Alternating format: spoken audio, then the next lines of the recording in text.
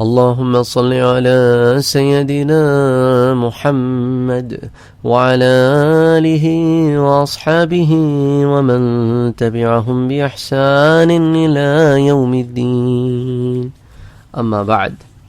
انشاءاللہ تعالی آج کے درس میں ہم غزوہ دومۃ الجندل کے بارے میں پڑھیں گے. اس جگہ کا جو نام ہے دومی ابن اسماعیل علیہ السلام کے نام کی وجہ سے اس کا نام دوما پڑا، کیونکہ حضرت دوما ابن اسماعیل جو ہیں انہوں نے یہیں قیام کیا تھا. اس بستی کے اور دمشق کے درمیان 5 راتوں کی مسافت ہے.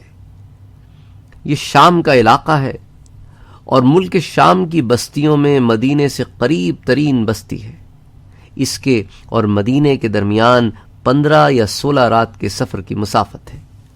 یہ جگہ تبوک کے مقام سے قریب ہے. یہ ساری ڈیٹیل سے ہمیں پتہ چلتا ہے کہ حضرت صلی اللہ علیہ وآلہ وسلم کا یہ جو غزوہ تھا یہ شام کی سرحدوں سے سب سے قریب ترین غزوہ تھا.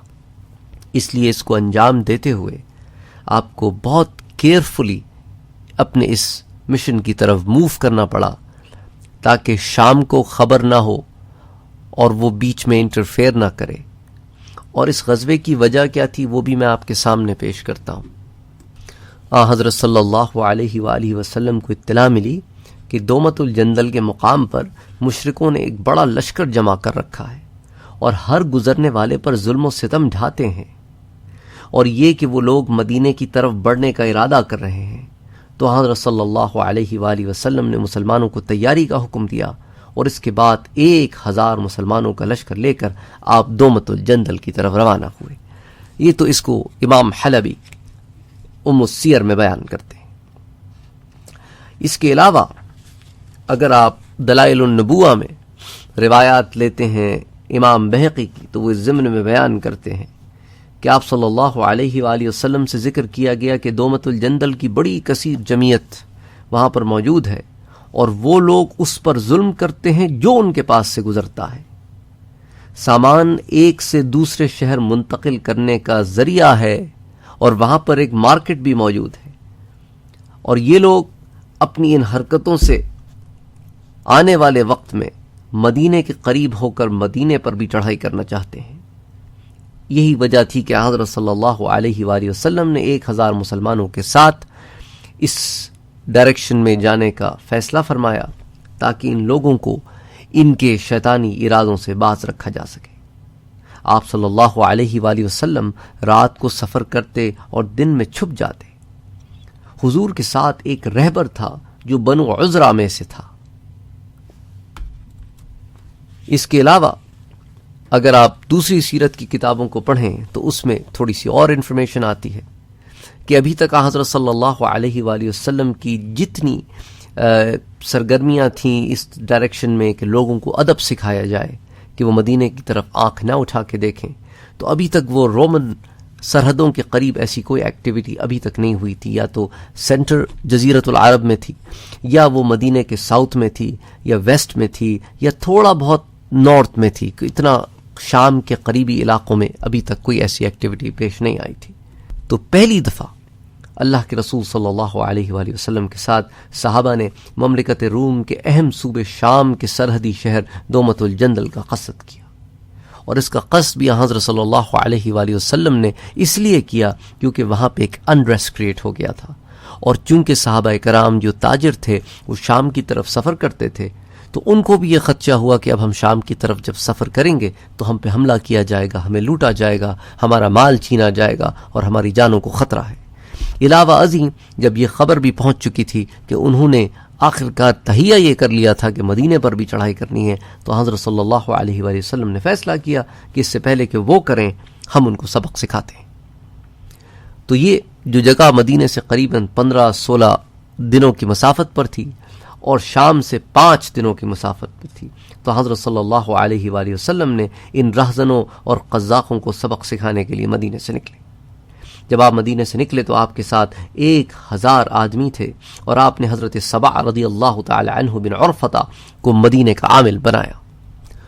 اور یہ واقعہ ربیع الاول میں پیش آیا، اور یہ سن 5 ہجری کا سن ہے. اور آپ صلی اللہ علیہ وآلہ وسلم نے چونکہ اس طرف موو کرنا تھا اور بڑی احتیاط سے موو کرنا تھا، تو آپ نے ایک اسپیشلائز آدمی کو ہائر کیا جو کہ بنو عذرا قبیلے کا ایک بڑا تجربہ کار اور ماہر راہبر تھا، اور اس نے اس لشکر کی رہنمائی کی۔ تو اب آپ یہ دیکھیں کہ ہم اس بات کو پہلے بھی پڑھ چکے ہیں جب حضرت صلی اللہ علیہ وآلہ وسلم مکے سے مدینے آئے، اور اب ہم اس کو ایک دفعہ پھر پڑھ رہے ہیں کہ بعض دنیاوی امور میں it is okay to take help from people جو کہ مسلمان نہ ہوں، کیونکہ ہیں تو سارے ہیومن بینگز نا۔ اللہ تعالیٰ نے کسی کو کوئی علم دیا، کسی کو کوئی علم دیا، کسی کو کوئی علم دیا، تو یہ جہالت کی بات ہوتی ہے کہ بھئی مسلمان غیر مسلم سے کوئی علم حاصل نہ کرے یا اس سے کوئی مدد نہ لے، اور یہ بھی جہالت کی بات ہوتی ہے کہ کوئی غیر مسلم کو آپ اپنے ملک میں بلائیں اور اس سے کوئی کام لینا چاہیں اور اس کو کسی چیز میں کسی فن میں اسپیشلائزیشن ہو، اور مقامی لوگ پھر ایسے آدمی کو تنگ کریں، اس کی جان کو خطرہ کریں، اس کو اغوا کر لیں، اس سے رینسم مانگے۔ یہ سب غلط باتیں ہیں، اسلام کا اس سے کوئی تعلق نہیں ہے۔ حضرت صلی اللہ علیہ وآلہ وسلم نے اپنی زندگی میں کئی مقامات پر غیر مسلموں سے مدد لی، اور اس تاکہ امت کو یہ سبق ملے کہ دنیاوی امور میں ایک دوسرے کے ساتھ انسان کو کام کرنا پڑتا ہے۔ تو اس میں کوئی ایسی برائی کی بات نہیں ہے کہ کیا آپ کو یاد ہوگا کہ جب جنگ بدر کے بعد قیدی آئے تو قیدیوں میں سے رہائی کی ایک شرط یہ بھی تھی کہ تم ہمارے پاس کے بچوں کو پڑھا دو۔ اب دیکھا جائے تو غیر مسلموں نے ہمارے بچوں کو عربی پڑھائی تھی اس وقت۔ تو یہ ساری باتیں اگر انسان اپنے سامنے رکھے تو یہ بات بڑی واضح ہو جاتی ہے کہ مسلمان کا غیر مسلم سے کوئی علم سیکھنا، کوئی فن سیکھنا، یا اس کو بلا کر اس سے کوئی کام لینا، اس میں کوئی عذر کی بات نہیں ہے، اس میں کوئی ایسی بات بھی نہیں ہے کہ شرمندگی محسوس ہو۔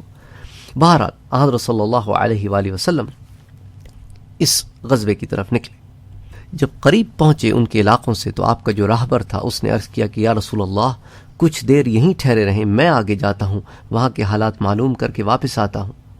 وہ تنہا آگے گیا، ہر طرف اونٹوں کے گلے اور بکریوں کے ریوڑ چل رہے تھے، لیکن ان کی بستیوں میں کوئی آدمی موجود نہ تھا۔